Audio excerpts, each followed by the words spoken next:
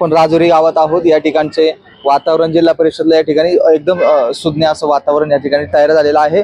नक्कीच या माजी जिल्हा परिषद सदस्या स्नेहलताई शेळके असतील, त्याचबरोबर पंकज कंसे यांची मिसेस स्मिताताई कंसे या ठिकाणी या दोन उमेदवारांचं नाव देखील आता या चर्चेत आहेत। आपण राजुरी या परिसरात आहोत। संपूर्ण ठिकाणी या ठिकाणी बॅनरबाजी आहेत। संपूर्ण ठिकाणी या ठिकाणी बॅनरबाजीने विळखले आले आहेत। या ठिकाणचा संपूर्ण परिसर हा बॅनरबाजीने या ठिकाणी आहेत। आपण नागरिकांना देखील विचारणार आहोत कशा पद्धतीने इकडं वातावरण असणार आहे, कशा पद्धतीने या ठिकाणी नियोजन असणार आहे। आपल्या मागे काही नागरिक देखील आहेत, त्यांना देखील आपण विचारणार आहोत जिल्हा परिषदचं निवडणूक कशा पद्धतीने या ठिकाणी होणार आहे, काय नाव त्यांचं, दीपावलीचे देखील त्यांना शुभेच्छा आपण देणार आहोत। साहेब, काय नाव आपलं? स्वप्नील आढवळे, राजुरीच गावचे। आपल्याला दीपावलीच्या हार्दिक शुभेच्छा। तुम्हाला पण दिवाळीच्या हार्दिक शुभेच्छा। आता वारं फिरलंय, इकडं जिल्हा परिषदेचं वातावरण आहे।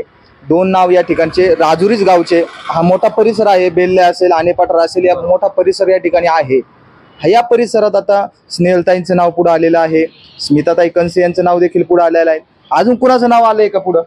नाही, तसं तर काही अजून वाटत नाही कोणाचं नाव समोर। आता बघू, आता पुढे आता डिक्लेअर झाल्यानंतर काय वाटतं तुम्हाला या परिसरात कशा पद्धतीने रणनीती आखणार आहे, कशा पद्धतीने वातावरण असणार आहे?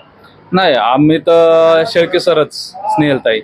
आता शेळके सरांचं काम चांगलं राहिलेलंच आहे, स्नेहलताईचं देखील काम चांगलं आहे। कशा पद्धतीने या ठिकाणी विकास झालेला आहे त्यांच्या माध्यमातून? नाही, आता हा जो चौक दिसतो, तुम्ही आता ज्या चौकाची शूटिंग काढली, हा चौक जो आहे हा शेळके सरांच्या माध्यमातूनच, म्हणजे त्यांचे जे चुलते नाना, आम्ही नाना म्हणतो, म्हणजे सरपंच होते, त्यांनी हा चौक डेव्हलप केलाय। आता शेळके सरांचं काम आपण पाहतोय, त्यांचं कॉलेज एक चांगल्या पद्धतीने त्या ठिकाणी कॉलेज चालू आहे। आणि पंकजचं काय तरुण नेतृत्व आहे, त्याची मिसेस पण चांगली उच्च शिक्षित आहे। हो, ते दोघं पण शिक्षक आहेत, चांगले व्यवस्थित शिकलेले आहेत।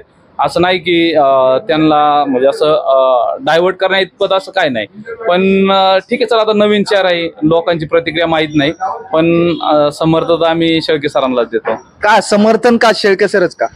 नाही, आता कसं होतं का इथून माग ज्या पद्धतीने आम्ही जे बघितलंय राजकारण, आम्ही जे डोळ्यांनी बघितलंय, तर त्यांचं राजकारणामध्ये योगदान चांगलं आहे आणि ते स्वतः नाही का असं त्याच्यात कुठल्याही प्रकारचे स्वार्थ ठेवत नाहीत, म्हणजे शेळके सर। हो, आता काही समोरचे काही मंडळी म्हणतात की शेळके सरांचं आता बरेच टर्म झालेले आहेत, तरुणांना संधी दिली पाहिजे, याकडे कसं बघता? तुमच्या त्याच्या प्रश्नाचं उत्तर कसं असेल? नाही, आता कसं होतं का प्रतिक्रिया मांडताना प्रत्येक माणूस वेगवेगळ्या पद्धतीची मांडतो। आता यांना अनुभव आहेत, आता समजा पंकज भाऊ आहेत, तर ते आत्ताशी ह्या क्षेत्रात उतरलेत, राजकारण या भूमिकेत उतरलेत, तर आता बघू आता काय। आता शेळके सर तर मग तुतारी या गटाकडे आहेत, आता कोणत्या चिन्हाकून लढतील?